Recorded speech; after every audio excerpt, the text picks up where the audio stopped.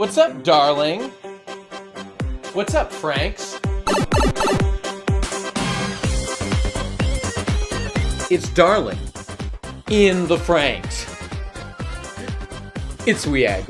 Don't fuck with me! I have the power of God and anime on my side!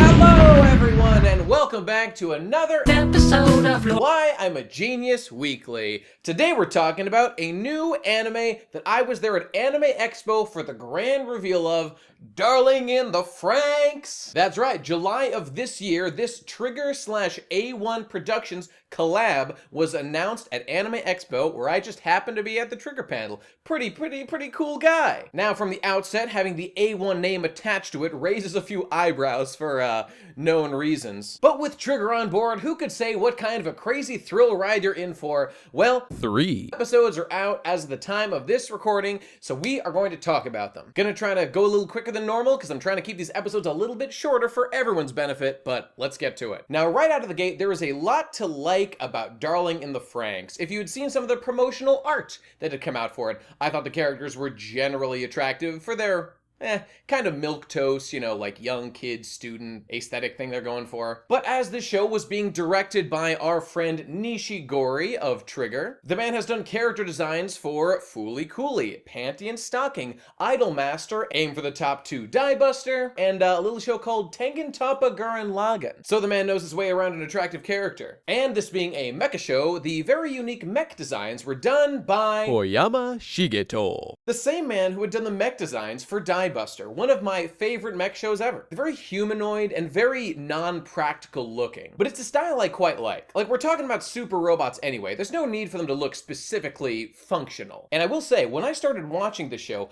I found the architecture and the setting quite appealing. This scene of this ceremony being performed in this gigantic auditorium hall where all the adults in the audience seem to be projections, as in they're not actually there, and the only actual people here are the kids. There's just a very interesting look about this place, and the whole world is like a desolate wasteland where all the civilization appears to be underground, presumably to avoid the rampaging monsters of this series, the Klaxosaurs. But enough about all that. Let's get into the real meat of this thing, because the things that happen in episode 1 and 2 of Darling in the FranXX are downright fascinating. Let's not make any bones about it. This series is just literally about sex. Plain and simple, it's about teenagers having sex. And I suppose you can expand that out to, you know, like relationships in general, kissing, intimacy. That is what it's about. So just FYI, the FranXX, that are the title of the show, are the mechs that are piloted by the kids, and the Darling is our main character, Hero, as referred to by Code 002. The names are a little confusing in this show, but the horned girl from all the promotional art. The girl immediately, more or less, falls in love with the guy and starts calling him Darling, and then they ride in the mech together. So he's the Darling in the FranXX. So there you go. Okay, but here's the thing. Every single facet of the show is coded with gender interaction, I guess. So for starters, every FranXX is piloted by a male and a female. That's just how it works. But, okay, what does it look like when they're piloting these FranXX? Behold what the fuck transpires when they are riding these mechs. Just behold with your own fucking eyes the man mounting the woman to pilot this mech. That's literally what happens. It's just like, you know, maybe they're making a point with this, but I'm just saying, right off the bat, my eyebrows are raised. I'm wondering, like, okay, you're gonna have to do some work to tell me that, like, you're actually making an intelligent point here, okay? But let's see what they've got. So, like, the entire series is coded about the relationships between the partners, you know, the two people piloting the mechs. The mechs only work right when they are working in sync, so it's about a harmony between them. And our main character, Hero, has just gone through some shit where his partner, something happened between them that hasn't been clarified that fucked up a test they were trying to do. For some reason, she had to leave and he got to stay. Again, that has not been explored yet. I'm sure we'll find out as we go along. So, like, you know, they could be making a point that, like, yeah, harmony, you know, men and women working together, you know, creating something greater than each other. Sounds reasonable. I'm down for that. But I mean, I'm just gonna make the case here that there really is only the barest semblance of substance behind this thing. I think I feel safe in saying that. I haven't seen the whole show, you know, I admit it. I admit these are kind of like preliminary analyses. Maybe it'll blow me away later, but guys, just look at the facts. So first of all, innocuous point, the girls on their school uniforms have X's across their kind of throat area, and the boys have inverted Y's. X chromosome, Y chromosome. I mean, okay, that's fine. You're coding your characters. That's okay. Incidentally, I pointed this out on Twitter a while ago. I am a genius. But please behold with your own eyes the things that are fucking said during the controlling of the FranXX. Just look at this. It is made explicitly clear throughout these 2 episodes that they're just talking about sex. Okay, so let's think about this for a second. What is the point being made here? Is there a larger point that's being built to about, you know, the harmony between mutual partners? That seems perfectly reasonable. You know, you want your sex to be good and the people to understand each other and to vibe with each other properly so as to achieve the best results. Seems reasonable. And you know, let's be super charitable. Let's reach out and analyze a little bit of the characters here. So Hero here has been spurned by his former lover. Their relationship, quote unquote, didn't work out, and he's had to find a new partner. That's kind of the arc he's going through. And 02 here is kind of going through the problem of she burns through her partners too quickly. They can't keep up with her. They can't handle how much woman she's throwing at them. And so when she finds a guy that she thinks that she's vibing with, she comes on real strong. And hey, that's fine. I got no problem with that whatsoever. But it's just like, okay, we've got a vulnerable guy on the rebound from a failed relationship, and this super aggressive, like, consumptive woman swooping in to scoop him up and I don't know, enjoy him. Like, again, all this is fine. I just don't know what the meaning is. I feel like it's like gonna paint things like, these 2 people, you know, their relationships in the past didn't work out. They needed things that they couldn't get from the other people. You know, this is kind of displayed where our hero in episode 2, he has to go through this trial since in episode 1, him and 02 hook up and they do something amazing after Hero had previously failed his entrance exam to become a parasite. Oh, by the way, all these mech pilots are called parasites. Interesting thing to call people who are in a relationship, a parasite. So in episode 2, he has to do sort of a live piloting demo to prove that he's good enough to become one of the parasites officially now. And as him and this girl who clearly likes him, Ichigo, by the way, Ichigo, best girl by far, as they're trying to sync up and make this thing happen, Hero is having an old problem again. He can't get it up. The mech, that is. Also his penis. The 2 ain't working together. In extremely sexual language, they talk about how they're not working, like, ooh, am I doing it right? Ooh, does that feel good? Should I try doing it this way? You know, it's just sex. Again, it's just sex. And they have to work together to, like, get it up so that he can pilot this thing and make this thing happen. So the guy replicates what he had done with 02 the day before, and they kiss. Ooh, get that harem started, boy! Incidentally, because of all this is a big sex metaphor, they're literally cucking Ichigo's, like, main partner, who is just fine with this, and okay, fair enough. Cuck life! Oh, but Hero, he's a good old boy. He can't get it up, you know? He tries kissing Ichigo real hard. She's really into him. She clearly has a crush on him, but he just doesn't get anything. He just has to say, you know what? I can't get it up without that romance. Tip. And so they end up failing at the end of episode 2. You know, he needs 02. That's his destined girl. So what I'm trying to say is I feel like there's sort of a point being made out here about, like, finding your compatible mate. Like, it's about partners working in sync. This kid just in particular needs something special, you know? No normal slut like Ichigo will do for him. Only the pure main girl maiden will do. I don't really agree with that message. I think there's a lot of good to be found in trying to go out and interact with a variety of people and not just sit around and, like, wait for your destined love, you know? So I'm not really vibing with this message. I'm not really syncing with it so well. But come on, that's such, like, a basic bitch message. Like, that is just such an excuse to make these things happen. Like, there's some vague reference of, like, you know, the Illuminati guys who are talking up in their tower about how, like, they're going to initiate the kissing process, which is clearly some, like, technical reference that could have just been called, like, docking or, like, combining. I mean, they don't actually explore what that is, but it's just a word that's slapped on in technical jargon to, like,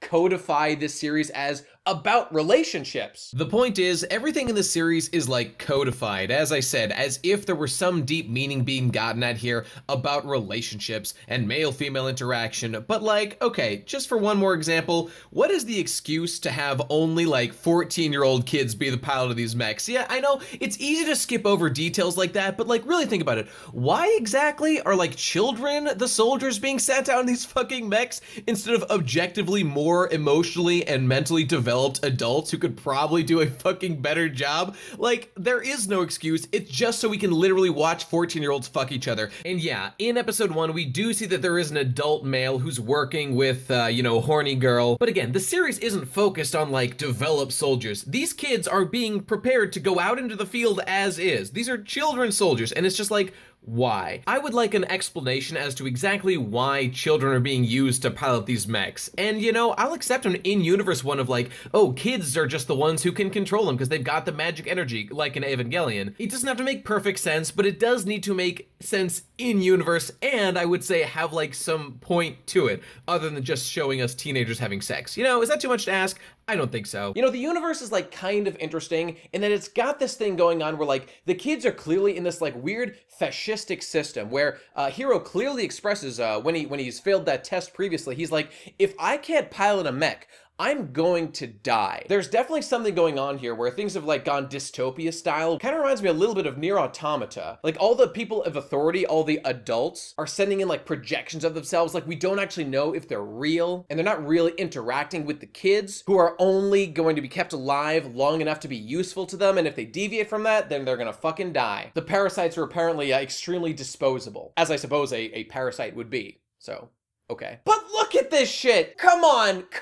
You can't look at this for more than 2 seconds without bursting out in laughter, right? I mean, Jesus Christ! The women's asses have handlebars for the men to grab and thrust into. Are you kidding me? And don't get me wrong, I love some good thrusting, but this is just ridiculous. Did I mention that within the mechs, the women are known as pistil and the boys are known as stamen? Literally the ovaries and testicles of flowers. It's just sex, guys. It's just sex. But you know what? I mean, this is probably no surprise to you whatsoever. Why the fuck am I explaining any of this? This is so fucking obvious. Everything else is completely overshadowed by the weird sexual stuff going on here. It's very hard to take this series seriously in any way, which is unfortunate because, as I said, the architecture and the world design was pretty good. I'm not gonna say I liked any of these characters, but maybe if they weren't like constantly doing sex stuff, they'd be more easy to get into. The main cast kind of has some sparks of personality. There's that one asshole kid who doesn't seem too bad. He's kind of a Chad. Oh my god, and I almost forgot the most amazing thing in this entire fucking episode.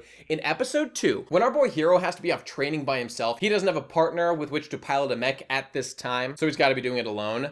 Oh my god. He is in like a training mech that I assume is like a training FranXX mech, and just look at this. In the cockpit of the training mech, where he is alone piloting this thing, because he doesn't have a partner, they put 20 pounds of pussy and ass. They put an ass there to simulate what the real thing is like.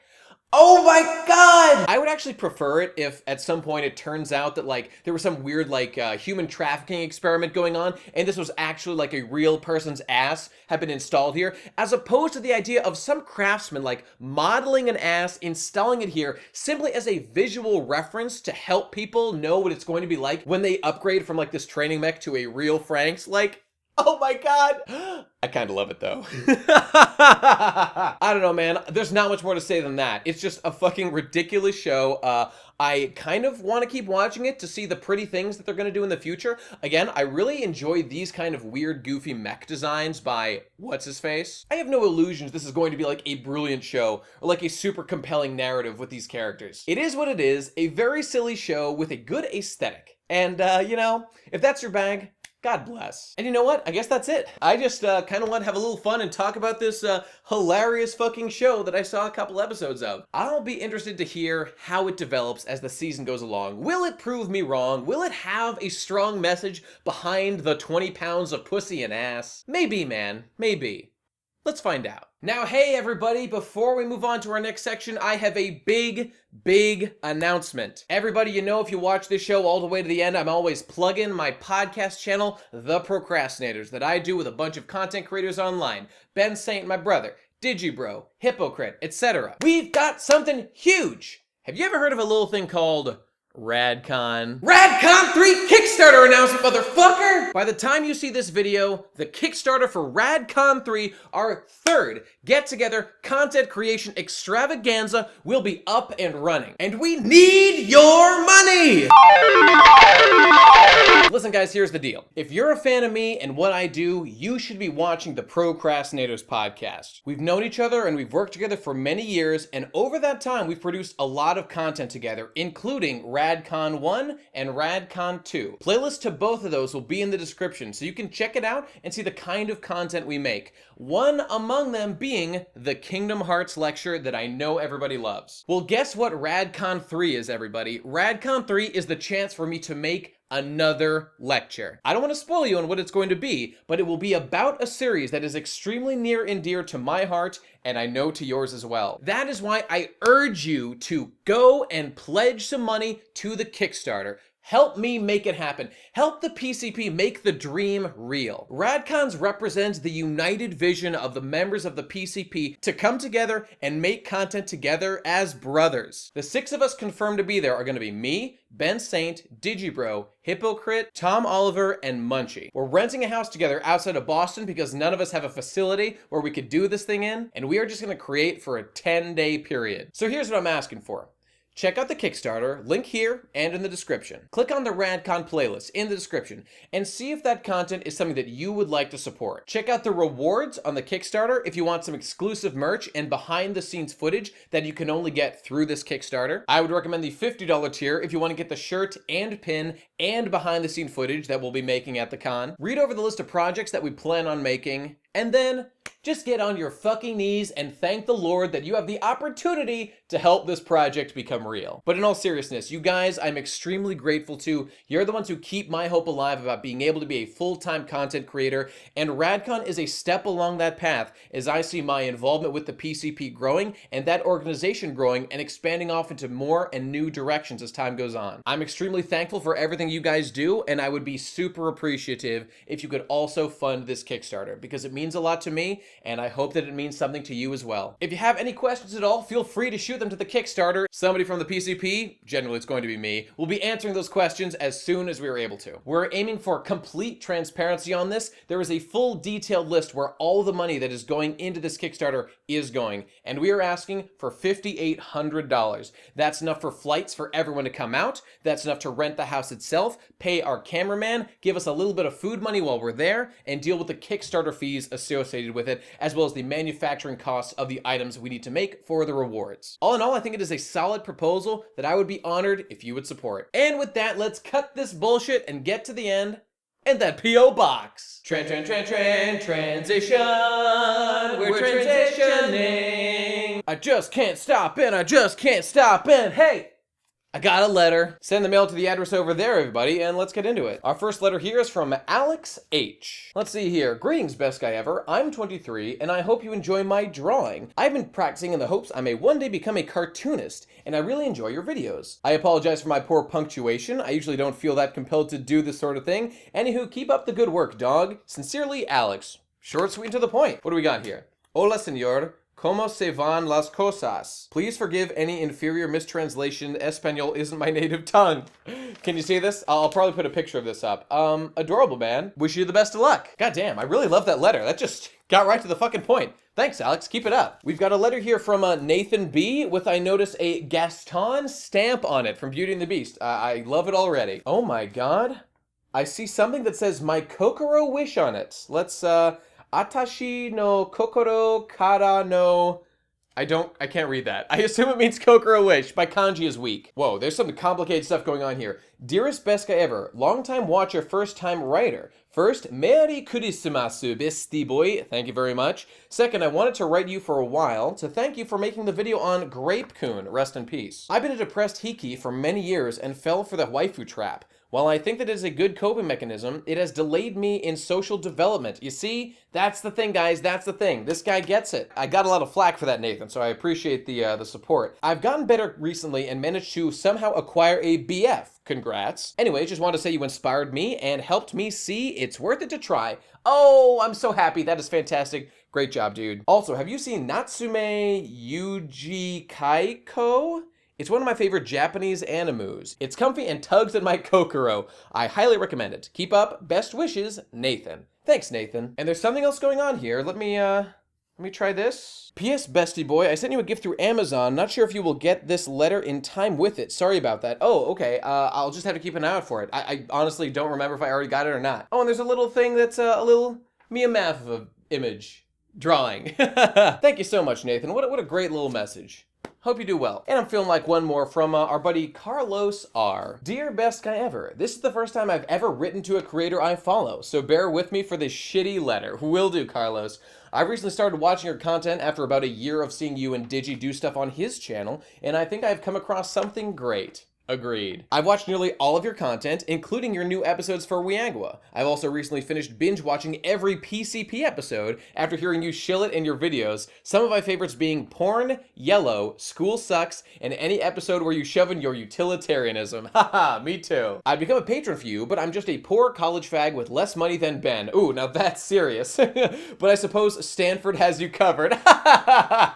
Stanford, I didn't get a letter from you recently. Keep it the fuck up, I need my money. To give this letter more worth, I'll leave you with a serious topic of discussion. What type of characteristics and or traits define a lolly? Okay. My reason for asking this is because I wouldn't call every little girl portrayed in anime or manga as a lolly, nor would I say lolly necessarily implies anything sexual. There seems to be a lot of blanket answers and misconceptions online, so I asked this from one lolly connoisseur to another to hear your thoughts. Anyways, keep on doing what you're doing. Have a good one. That Carlos, with a picture of that Carlos. Now, I would say this is a fairly simple one to answer. I would define a lolly as just literally a little girl below a certain age. Now, that becomes complex when you think about in anime, for example, you can have very old characters that have the body of young girls.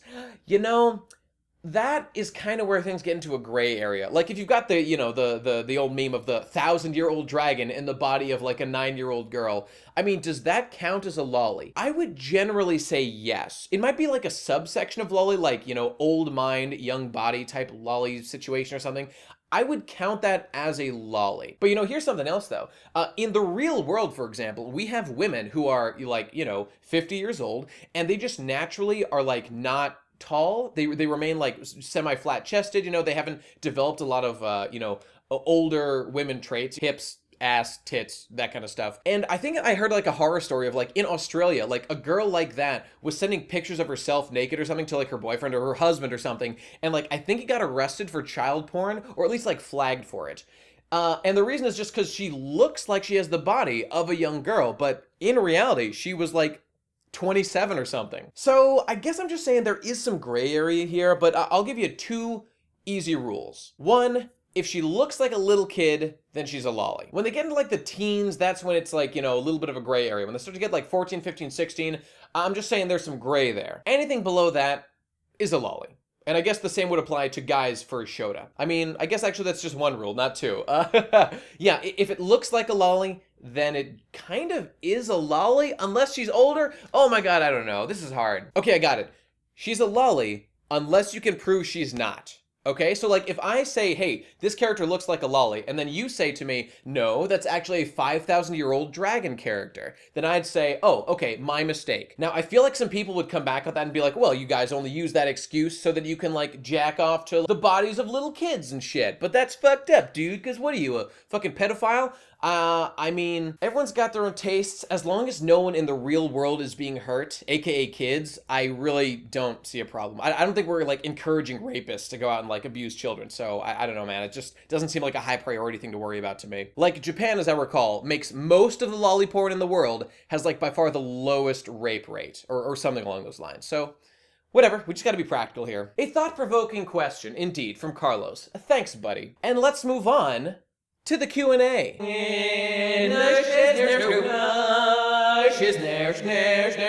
You guys know the drill. There's the hashtag AskBGE down there. Make sure you use those hashtags when you send in the questions, because they're the only ones I read. But let's get to it. First question comes from @Hundro who asks, "Hey Nate, how do you manage your time between work, YouTube, and entertainment? I always feel guilty about spending time enjoying myself that I know that I could be using to better myself. Keep up the good work. Love your vids." Well, that is an interesting question. I too feel a similar sort of pain in my chest when I know that I could be working hard to advance any particular goal of mine or a project, and I am not. But here's what I basically fall back on.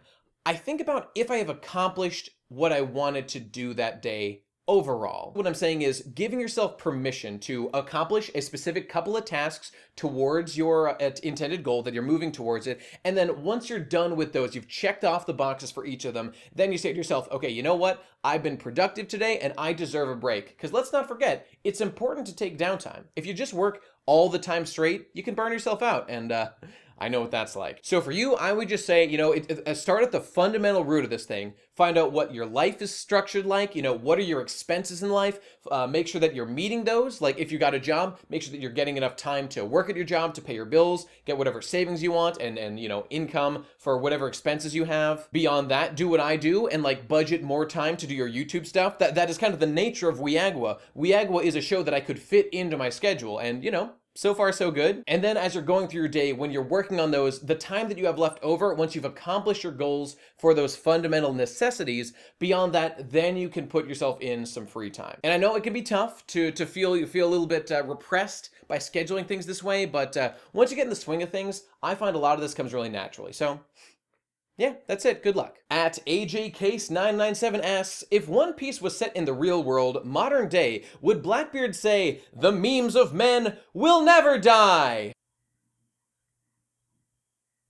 No. Oh, and you know what? I meant to do this at the beginning of this section, but instead of answering one more question, I want to address some of the concerns that were brought up with my last week's Devilman video. I wanted to indulge the people who are giving me a bunch of criticism for getting things wrong, being a contrarian for the sake of being a contrarian, as a lot of people were saying. Edgy for the sake of edge. Even though edge was a word that I used to describe Devilman in a complimentary way, and specifically said not in an insulting way, but whatever. The point is, there were a couple of points that I did in fact get wrong, factually. One point I made incorrect about Devilman Crybaby last time was how I personally was wondering why the heck didn't they explain how exactly Ryo became such an influential person in the government, when later on they do in fact reveal that demons ran the government. True. That point was fairly well explained, as Ryo was kind of running the demons and they were running the network, so it made sense, and I forgot about that.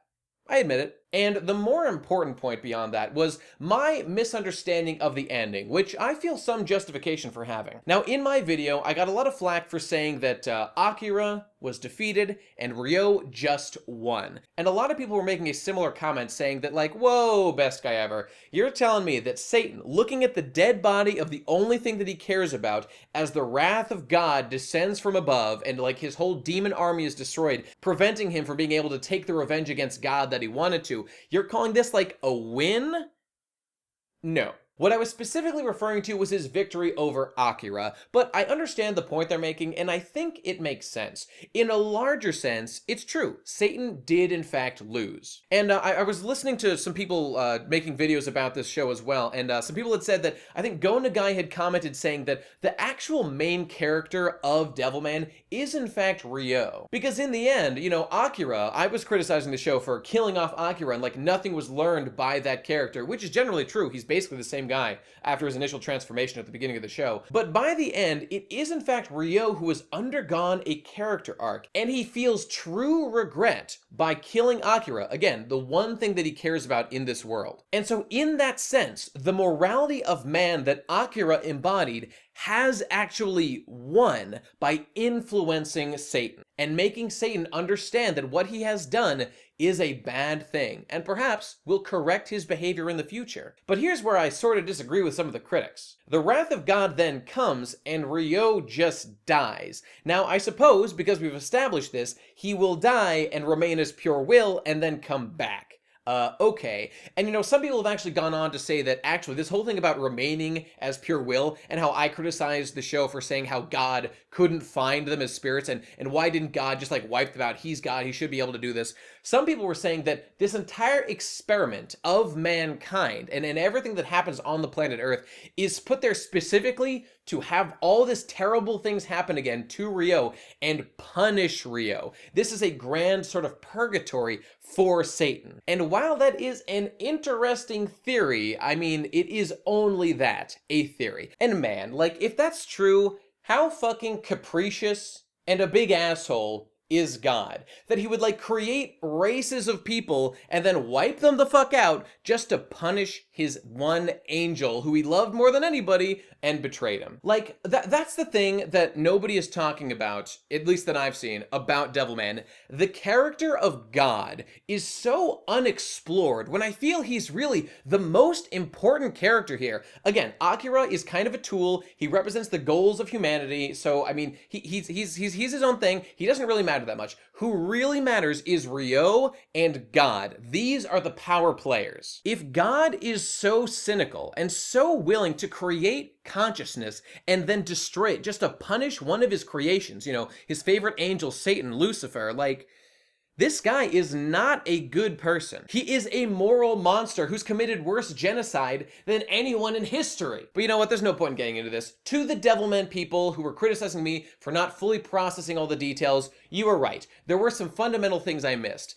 But I would defend my position nonetheless by pointing out what a shitty time I had watching quite a few of those episodes. Things were confusing, the pacing was extremely rushed, and I stand by the fact that this Xenon character made no fucking sense. He came out of nowhere, he did nothing, proclaimed himself the best important character, and was immediately destroyed. And I've heard people saying that that character had way more development in the manga and was like facilitated one of the best moments in the original manga. I don't know what that is, because I watched Devilman Crybaby. And that's the kind of thing I'm talking about. Like, there's things just missing here, there's things that are rushed, and again, I do appreciate the visceralness, the grittiness. I really like that, like, adults-only style anime here. There is a market for it, and I'm it. But again, my whole point is, let's not ignore the flaws here. There are massive, gigantic flaws that I would absolutely stick by what I said and making that show not a masterpiece. All I'm saying is this is not a masterpiece. It's not even a bad show. 6 out of 10 ain't bad. Maybe I'd even bump it up to a 7.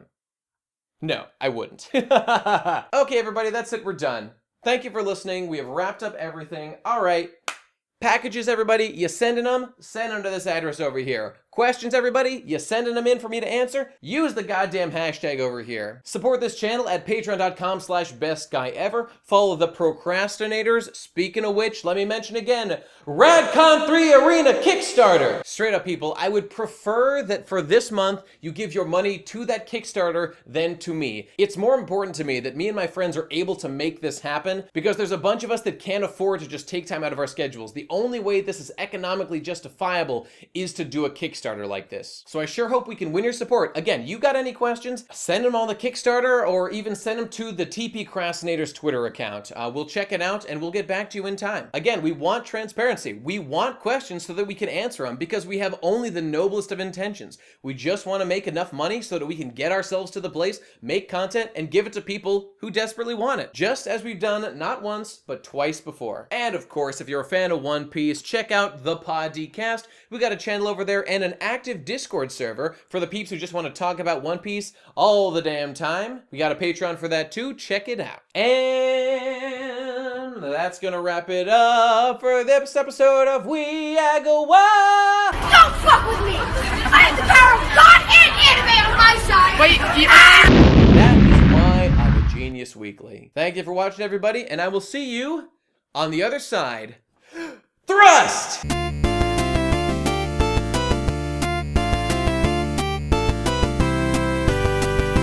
Thrust!